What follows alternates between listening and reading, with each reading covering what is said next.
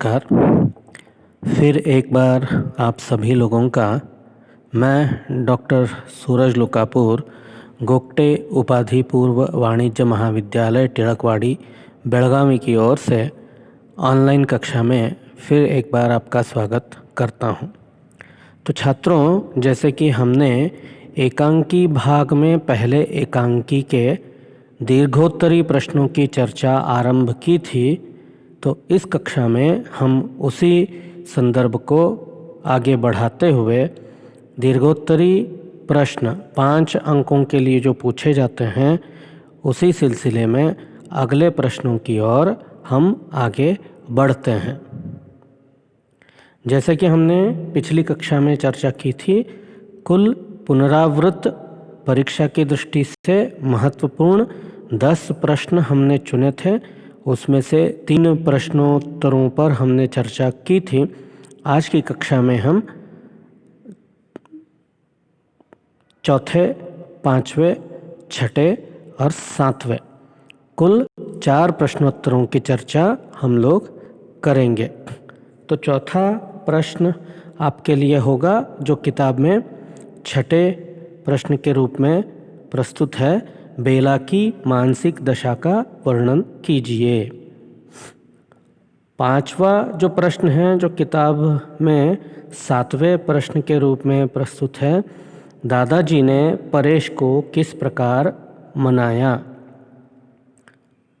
उसके बाद 6ठा जो प्रश्न है तैयारी के लिए पुस्तक में, वह 8वां प्रश्न है, दादाजी ने किस अभिप्राय से सबको बुलाया और क्या समझाया। और 7वां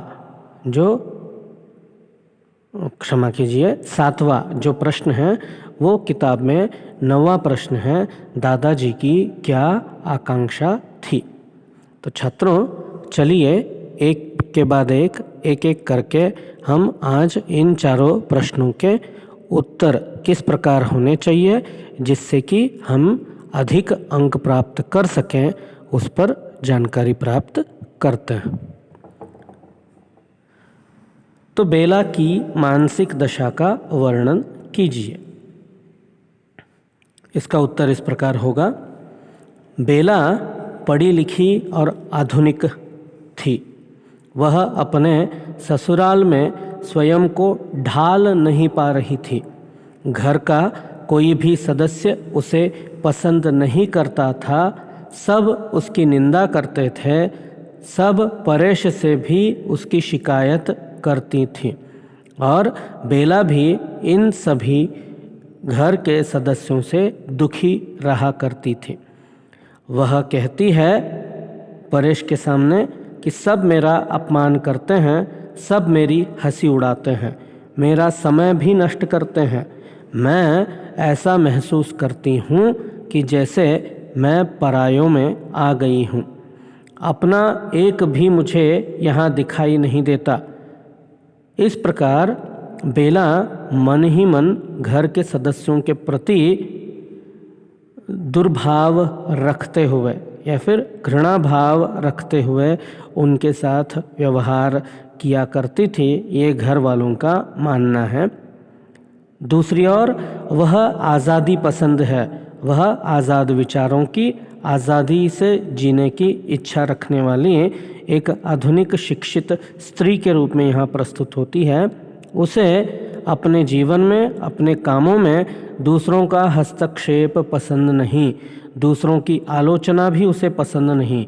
वह इस घर से अलग होकर अपनी नई गृहस्थी बसाना चाहती है, जहाँ उसे कोई रोकने वाला न हो, और वह चाहती है कि अगर बाग वाला मकान उसे दादाजी द्वारा मिल जाए तो वह सुख और शांति से रह सके। इस प्रकार बेला की मानसिक स्थिति को दादाजी के सामने परेश द्वारा इस एकांकी में लेखक प्रस्तुत करते हैं। आशा है आप इसे समझ गए होंगे और इस उत्तर को सटीक रूप से लिखने की कोशिश करेंगे। अगला प्रश्न है, दादाजी ने परेश को किस प्रकार मनाया। उत्तर इस प्रकार होगा, जब दादाजी को करमचंद द्वारा पता चलता है कि शायद परेश और उसकी बहू घर से अलग होना चाहते हैं तो दादाजी चिंता में पड़ जाते हैं। तभी ऐन मौके पे परेश दादाजी के पास बेला के विचार प्रस्तुत करने को आता है। तभी दादाजी परेश से कहते हैं कि बैठो बेटा, मैं तुम्ही को बुलाने वाला था, तुमसे बात करनी है। तभी दादाजी के पूछे जाने पर परेश दादाजी से कहता है कि बेला का मन इस घर में नहीं लग रहा है और वह स्वतंत्र गृहस्थी बसाना चाहती है और इसलिए वे लोग बाग वाले मकान में जाना चाहते हैं। यह सुनकर दादाजी परेश से कहते हैं कि अपने जीते जी वे बाग वाला मकान उनको रहने के लिए नहीं देंगे। दादाजी नहीं चाहते कि उनके जीते जी बरगद के पेड़ के समान जो उनका वंश है, जो उनका घर है, उसकी डालियां टूटकर अलग हो जाएं। दादाजी ने परेश से चिंतित होकर यह कहा कि उन्होंने परेश को समझाते हुए कहा कि तुम चिंता न करो, मैं सबको समझा दूंगा। घर में किसी को तुम्हारी पत्नी का तिरस्कार करने का साहस न रहेगा, कोई उसका समय नष्ट न करेगा। ईश्वर की अपार कृपा से हमारे घर सुशिक्षित सुसंस्कृत बहू आई है, तो क्या हम अपनी मूर्खता से उसे परेशान करेंगे? नहीं बेटा, तुम जाओ और कोई चिंता न करो, मैं कोई ना कोई उपाय निकाल लूँगा। तुम विश्वास रखो कि वह अपने को परायों से घिरी अनुभव नहीं करेगी, उसे वही आदर सत्कार सम्मान मिलेगा जो उसे अपने घर में प्राप्त था। इस प्रकार दादाजी परेश को समझाकर भेजते हैं। जाते वक्त परेश से वो कहते हैं कि बेटा, तुम भी ध्यान रखना कि तुम्हारी भी किसी बात से छोटी बहू का मन न दुखे। तो इसका उत्तर इस प्रकार होगा। अगला प्रश्न है, दादाजी ने किस अभिप्राय से सबको बुलाया और क्या समझाया?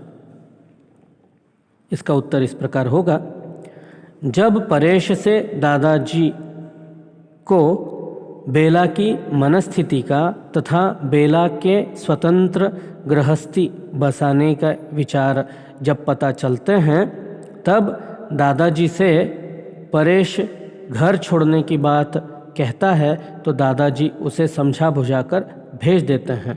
तुरंत ही दादाजी छोटी बहू को छोड़कर घर के सभी सदस्यों को एक विशेष अभिप्राय से बुलवा भेजते हैं। जब घर के सभी सदस्य एकत्रित होते हैं तो दादाजी उन सब से कहते हैं कि मुझे यह सुनकर बड़ा दुख हुआ कि छोटी बहू का मन यहाँ नहीं लग रहा है। इसमें दोष उसका नहीं, दोष हमारा है। वह एक बड़े घर की बेटी है, पढ़ी लिखी है, सबसे आदर पाती और राज करती आई है। यहाँ वह केवल छोटी बहू है। यहाँ उसे हर एक का आदर करना पड़ता है, हर एक से दबना पड़ता है। यहाँ उसका व्यक्तित्व दब गया है। मुझे यह बात पसंद नहीं। उम्र या दर्जे से कोई बड़ा नहीं होता, किंतु बड़ा व्यक्ति बुद्धि एवं योग्यता से होता है। छोटी बहू भले ही उम्र में न सही पर अकल में हम सबसे बड़ी है। हमें चाहिए कि उसकी बुद्धि और योग्यता से लाभ उठाएं, उसे वही आदर सत्कार दें जैसा उसे अपने घर में मिलता था। सब उसका कहना माने, उससे परामर्श लें, उसका काम भी आपस में बांट लें और उसे पढ़ने का अवसर दें तो और भी अच्छा है। उसे यह अनुभव ही न हो कि वह किसी दूसरे घर या वातावरण में आ गई है। अगर किसी ने छोटी बहू का निरादर किया, उसकी हंसी उड़ाई, तो इस घर से मेरा नाता सदा के लिए टूट जाएगा। सबके द्वारा छोटी बहू को खुश रखने के अभिप्राय से दादाजी ने सबको बुलाया था और समझाया कि छोटी बहू के साथ किस प्रकार व्यवहार करें। तो अगला प्रश्न है, दादाजी की क्या आकांक्षा थी? उत्तर इस प्रकार होगा, दादाजी अपने परिवार को एक बड़े बरगद के वृक्ष, महान वट वृक्ष की तरह मानते हैं। अगर वृक्ष की एक भी डाली टूटकर अलग हो जाए तो फिर चाहे उसे कितना भी पानी दो, उसमें सरसता नहीं आ सकती। यह दादाजी की मान्यता थी, उनका अनुभव था। जब दादाजी को पता चलता है कि परेश और उसकी पत्नी अलग होने वाले हैं, तो वह घर में सबको समझाते हैं कि छोटी बहू का आदर करें और उसका मन लगाने में उसकी मदद करें। दादाजी की आकांक्षा यह भी है कि वृक्ष की सभी डालियां अर्थात घर के सभी सदस्य साथ साथ बढ़ें, फले फूलें, जीवन की सुखद शीतल वायु के झोंके से झूमें और सरसाएं। पेड़ से अलग होने वाले डाली की कल्पना अर्थात घर का कोई सदस्य अगर अलग होना चाहे तो उसकी कल्पना ही उन्हें सिहरा देती है। उनकी आकांक्षा यह थी कि परिवार के सब सदस्य प्रेम से मिलजुल कर रहें और एक दूसरे का आदर करें। दादाजी की आकांक्षा थी कि बरगद रूपी यह परिवार कभी न टूटे, उसकी डालियां कभी न बिछड़े। कुटुंब एक महान वृक्ष की तरह है और इस वृक्ष की छोटी बड़ी सभी डालियां उसकी छाया को बढ़ाती हैं। दादाजी की भी यही आकांक्षा है कि उनके बरगद रूपी इस महान परिवार की कोई भी डाली इस वृक्ष से अलग न होने पाए। तो छात्रों, इस प्रकार इन मुख्य 4 प्रश्न जो पुनरावृत्त भी हैं और परीक्षा दृष्टि से विवरण के लिए योग्य भी मानी जाती हैं, इनकी तैयारी आप लोग करना शुरू कीजिए। एक कॉपी बनाइए, उसमें लिखिए। अगर कोई दिक्कत होती है तो आप पूछ सकते हैं। अगली कक्षा के शुरुआत से पहले आपको अपना सामंजस्यपूर्ण उत्तर मिल जाएगा। हम अगले शुक्रवार की कक्षा में प्रश्न संख्या 8, 9 और 10 की चर्चा करेंगे। धन्यवाद।